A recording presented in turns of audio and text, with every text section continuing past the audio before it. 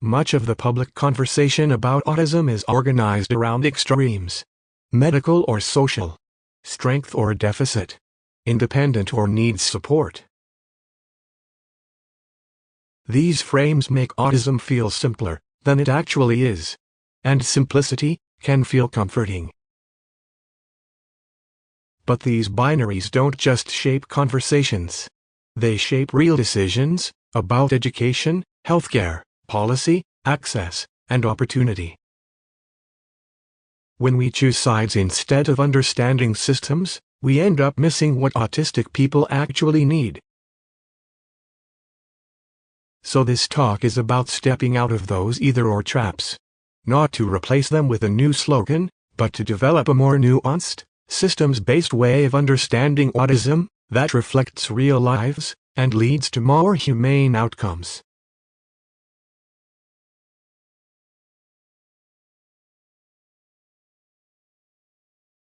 A lot of autism debates aren't really about autistic people. They're about the frameworks we use to interpret autism. Medical model, social model, neurodiversity narratives. These debates tend to happen at the edges. But autistic life rarely lives at the edges. Most real needs sit in the middle, where biology, environment, regulation, and context interact. That middle space is exactly what gets erased when autism is reduced to yes, no categories or good, bad stories. So the goal today isn't to take sides. It's to understand why the extremes fail.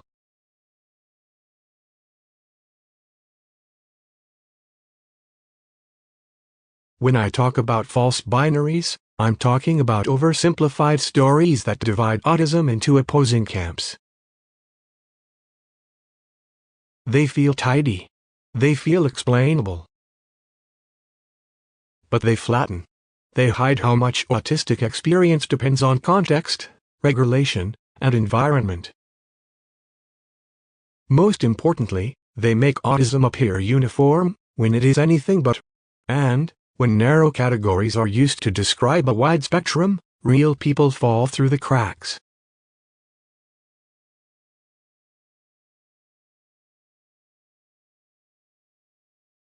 These binaries fail because they ignore a basic truth: capacity changes with context. Someone may thrive in one setting and struggle in another. Someone may appear independent one moment and need significant support the next. Binary thinking doesn't allow for that variability. Instead, it produces rigid expectations, misaligned supports, and polarized systems.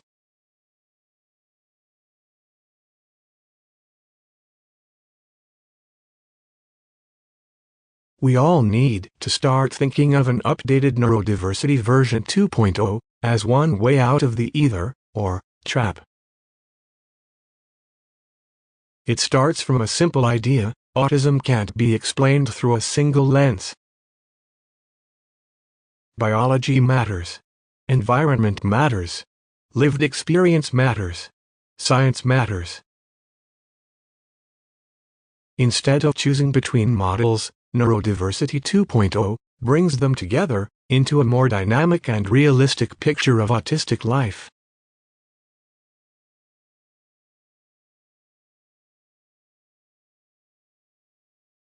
My 2025 paper, Neurodiversity 2.0, was my attempt to put language to something many autistic people already know intuitively.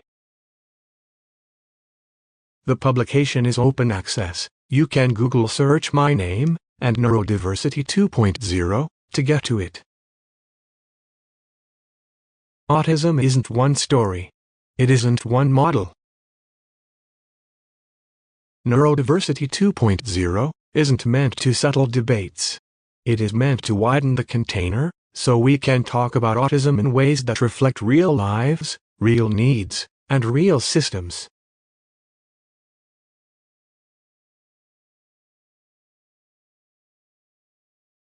Neurodiversity 2.0 represents a shift in how we think.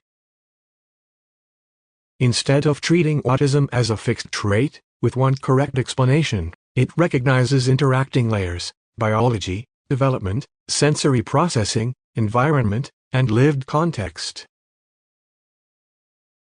This helps us move beyond extremes and focus on what actually shapes experience: variability, regulation, and support.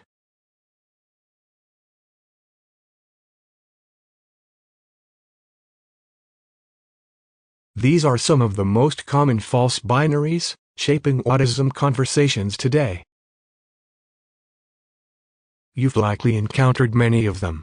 Each one tells a simple story. But autistic lives blur across these lines, across days, contexts, tasks, and states. So let's slow down and unpack them one at a time.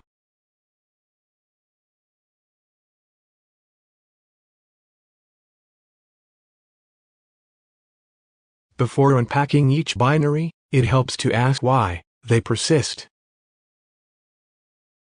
Binaries make complexity feel manageable. Systems rely on them because they simplify classification. But simplification comes at a cost. Every sharper category leaves more people outside it.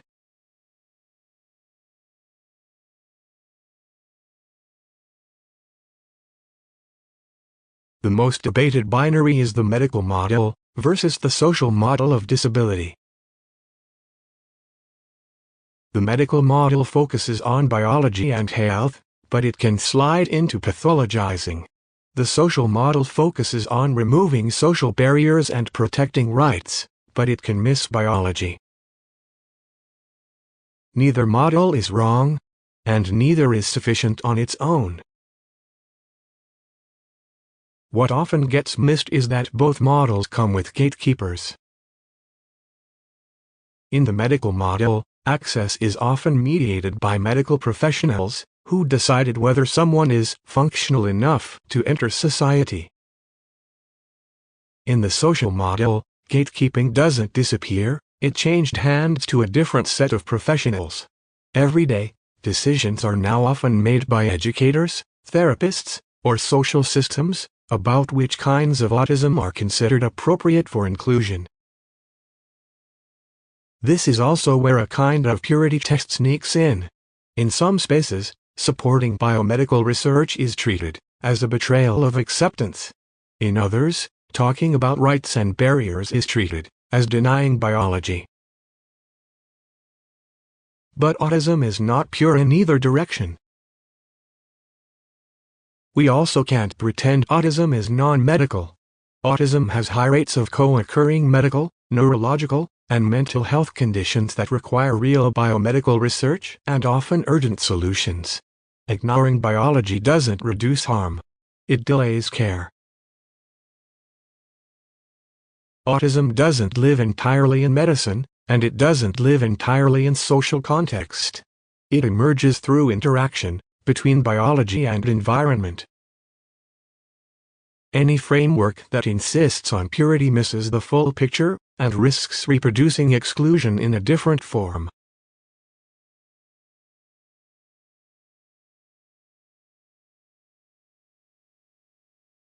Once we separate autism into medical versus social, another false binary often follows: behavior versus regulation.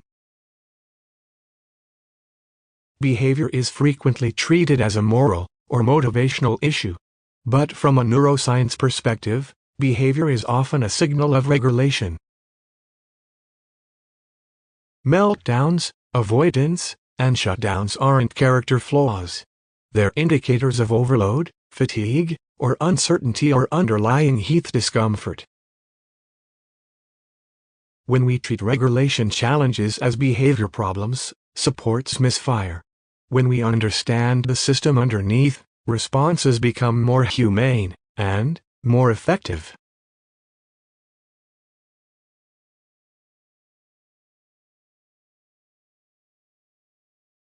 Another common swing is between celebrating strengths and emphasizing challenges. autism gets framed as either exceptional ability or severe deficit. But real profiles are uneven. Strengths and challenges coexist, and they shift with context. What looks like a strength in one environment can become a challenge in another. Strengths need opportunities, challenges need solutions. And opportunities solutions approach. Understanding autism means expecting variability, not forcing people into one-dimensional boxes.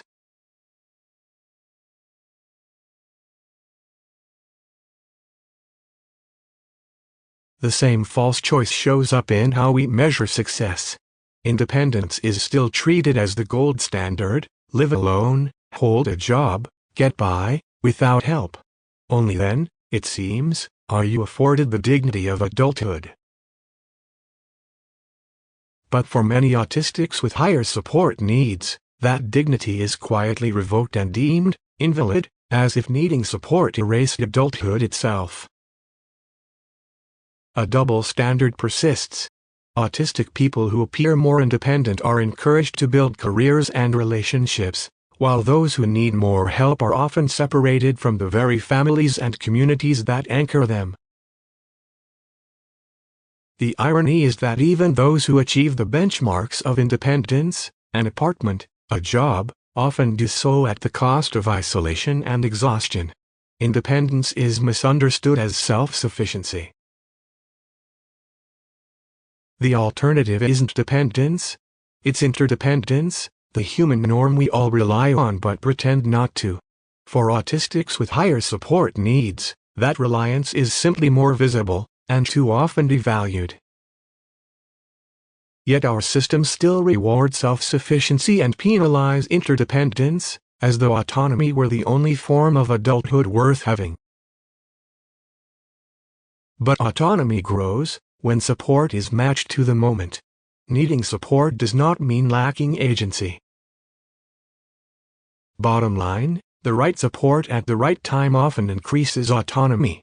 Support isn't the opposite of independence, it's what makes self-direction possible.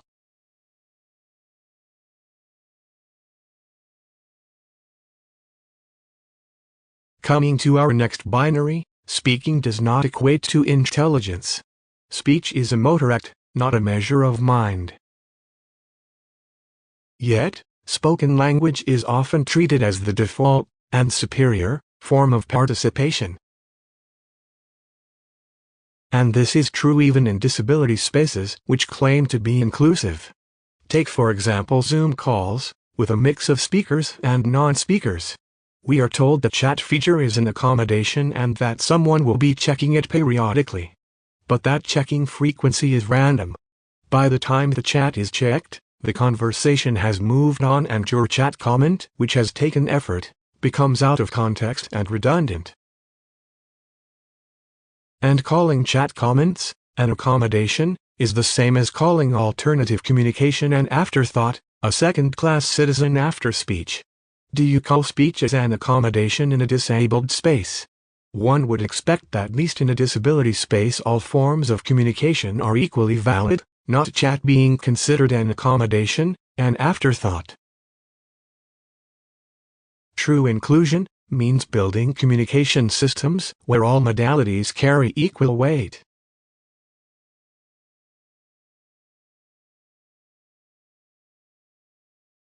And this same bias doesn't just show up in conversations. It gets built into our technology. For instance, even as artificial intelligence advances rapidly, it's not advancing evenly.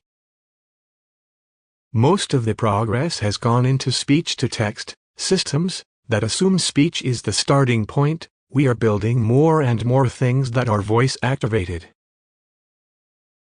But when you go the other direction, from text to voice, the tools are still limited, slower, and harder to use in real-time interaction.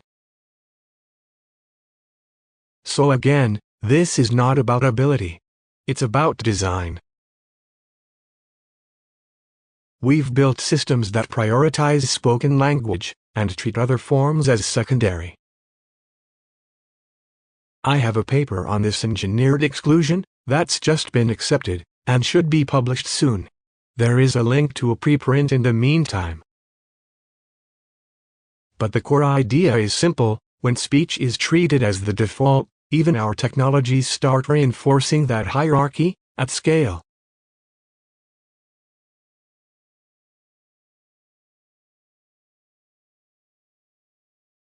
We often hear that autism is now accepted. But acceptance without access is symbolic. It feels good, but it doesn't change participation. Accommodation is where things get real. And this is where gatekeeping quietly returns. Supports are often treated as permissions, granted or withheld by someone else. Extra time, alternative communication, sensory adjustments, flexible pathways. The question becomes, who decides what level of support is reasonable? Who decides when accommodation is too much?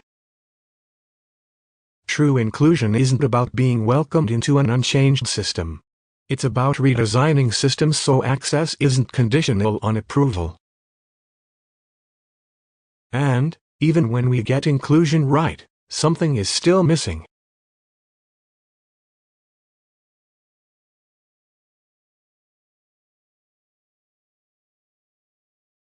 This is something I've been thinking about for a long time.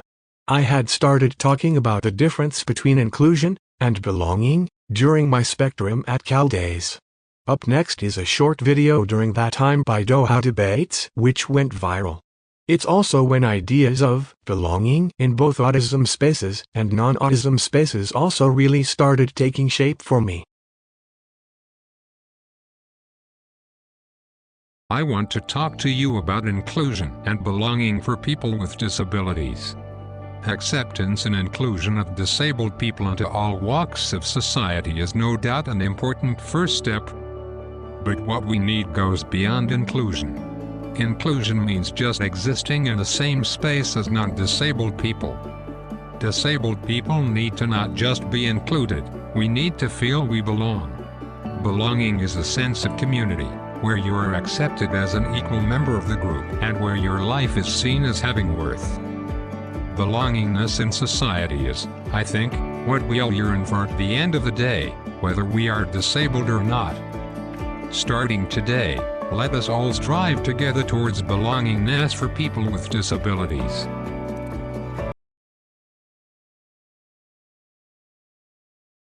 What you just heard makes intuitive sense. But, here's the gap. Even when inclusion happens, belonging often doesn't. You can be in the room, but still not be part of it. And this is where structural decisions turn into lived experience. Many autistic people are granted access to spaces, classrooms, workplaces, communities, but have very little agency once they're there. They're expected to adapt, rather than participate. Real participation requires influence. It means having some control over pace, communication, expectations, and norms. Without that, presence becomes passive. Over time, that passivity turns into loneliness. Not because someone lacks social interest or skill, but because the system was never designed to share power. So when loneliness shows up in autism, it's often treated as an individual problem. But very often, it's the outcome of inclusion that stopped at access.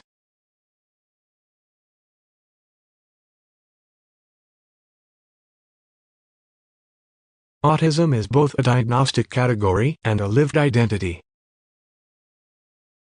Diagnosis shapes access to services, supports, and protections. Identity shapes belonging, how people understand themselves and find community. When we force a choice between the two, we erase part of autistic life.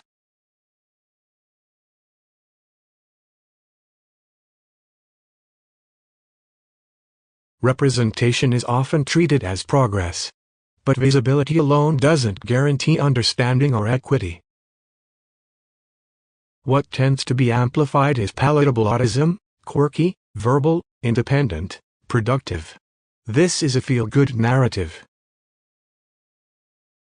When high-support autism appears, it's usually framed through crisis or tragedy, not through capability, not through solutions. For more depth, I'll direct you my article written for Alice Wong's Disability Visibility Project. In either cases, representation becomes a form of gatekeeping. It determines which kinds of autism feel acceptable.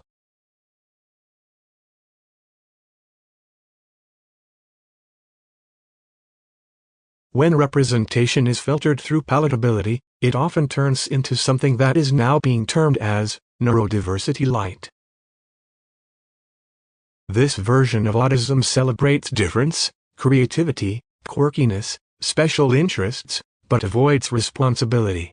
It affirms identity, without building systems. The result is a version of autism that looks inclusive, but quietly excludes anyone whose needs disrupt the narrative.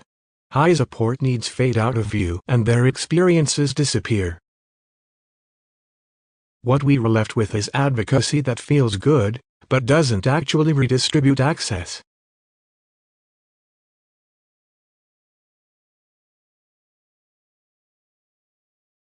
Another binary that shows up everywhere is capability versus capacity. We tend to treat ability as a stable trait, something a person either has or doesn't have. But autistic capacity is state-dependent.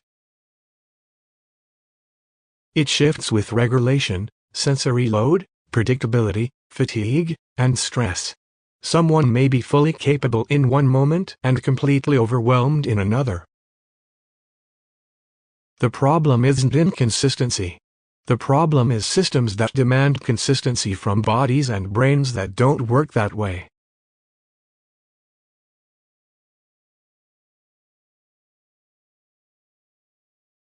The recent push toward terms like profound autism is often presented as progress. The intention is understandable to draw attention to autistic people with high and complex support needs. But we should pause and ask a harder question. How does another label actually help? We've been here before. We've had severe, low functioning, level 3. Every decade, we come up with new language, which gives the illusion of progress, because the systems stay the same. What history shows is that these labels don't unlock better care. They mostly become shorthand for too resource-intensive. They justify segregation, lower expectations, and restricted access to education, often without improving supports. And what often gets described as severity is actually mismatch. Mismatch between a person's needs and the environments as well as the healthcare systems that fail them. So without structural change, new labels don't move us forward. They give the appearance of motion without the substance of it.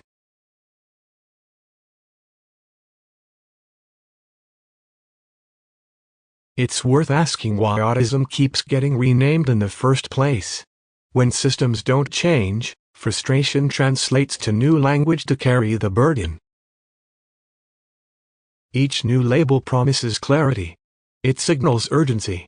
It suggests that this time, things will be different.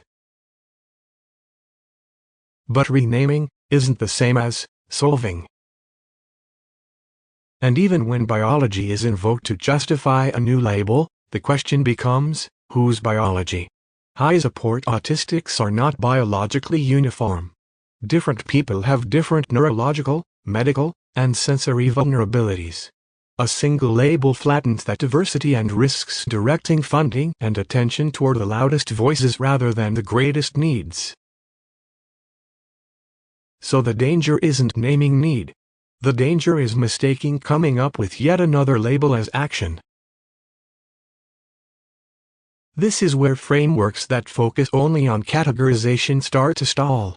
They can describe reality, but they don't transform it.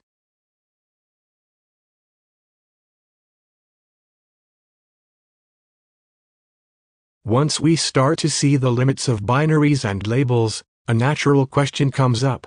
If not either or thinking, then what do we use instead?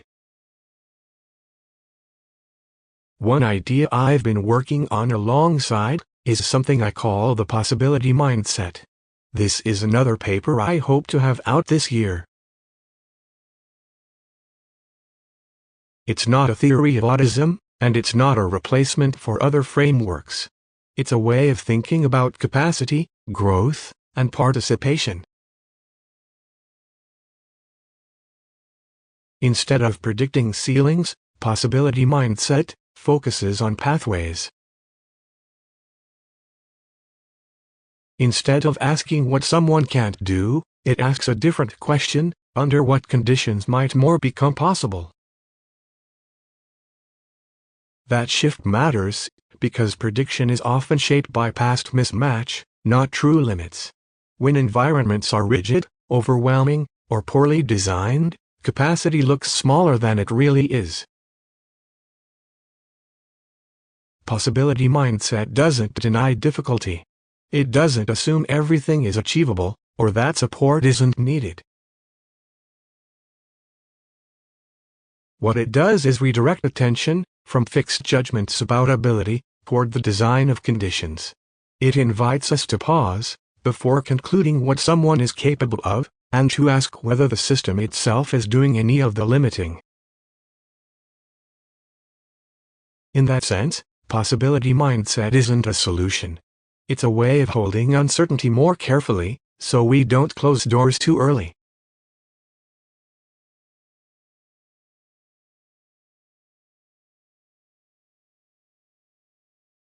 Neurodiversity 2.0 and possibility mindset come from different places in my work, and they serve different purposes. Neurodiversity 2.0 helps us see where our existing frameworks break down, where binary thinking flattens autistic lives and misguides decisions. Possibility mindset is more forward-looking. It doesn't explain autism. It asks how systems, environments, and expectations might be redesigned once we stop relying on rigid categories. Together, they don't offer a final solution, but they offer a potential direction. Neurodiversity 2.0 helps us understand the limits of our current models. Possibility mindset helps us experiment with alternatives. And the goal isn't to replace one framework with another, it's to move from arguing about models to building systems that actually make room for real, varied autistic lives.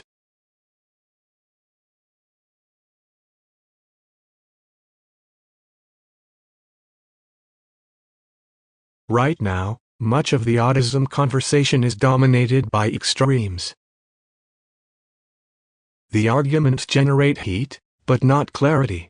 For me, it feels like time spent on endless debates ends up replacing time that should have been spent on design. Nuance isn't weakness. Nuance is what creates space for real people to breathe.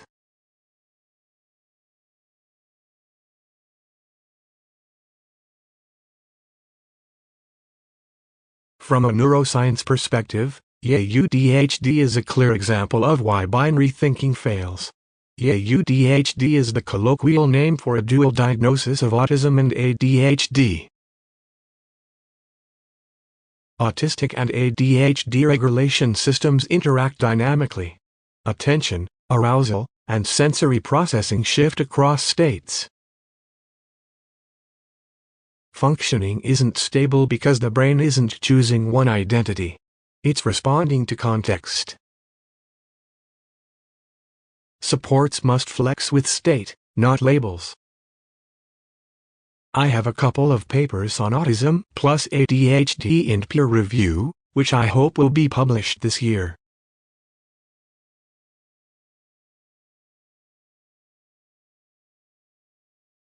Let's also take a quick look at anxiety. Anxiety is often treated as something added on to autism. But when you look at the system as a whole, anxiety also often emerges from chronic mismatch, sensory load, uncertainty, and constant self-monitoring.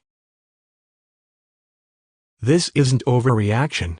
It's a predictable response to environments that demand adaptation without support. When systems reduce friction, anxiety often decreases, not through pressure, but through design. I have a 2025 paper on anxiety in autism.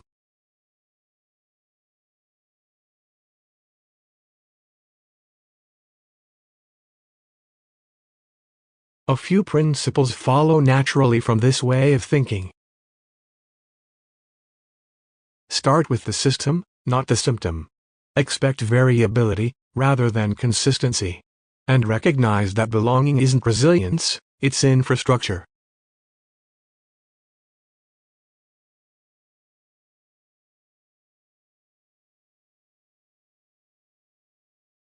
These ideas aren't abstract. They show up in classrooms that allow multiple ways to demonstrate learning, in workplaces that value predictability and flexibility, in spaces where communication isn't limited to speech. Design aligned with reality changes outcomes.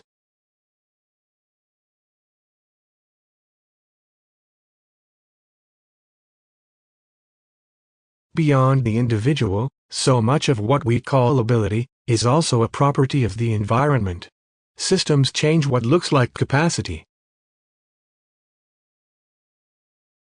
When we change the system, capacity changes too. Inclusion works best when environments adapt, rather than asking individuals to absorb friction indefinitely.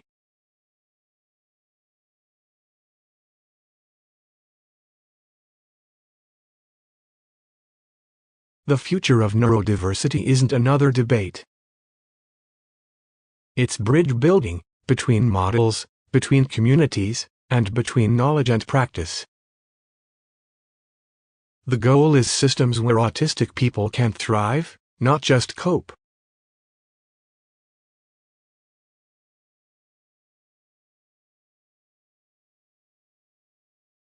Autism can't be understood through either or thinking. To help autistics thrive, let's redesign systems instead of forcing conformity. Nuance isn't optional or a luxury. It's how we get autism right.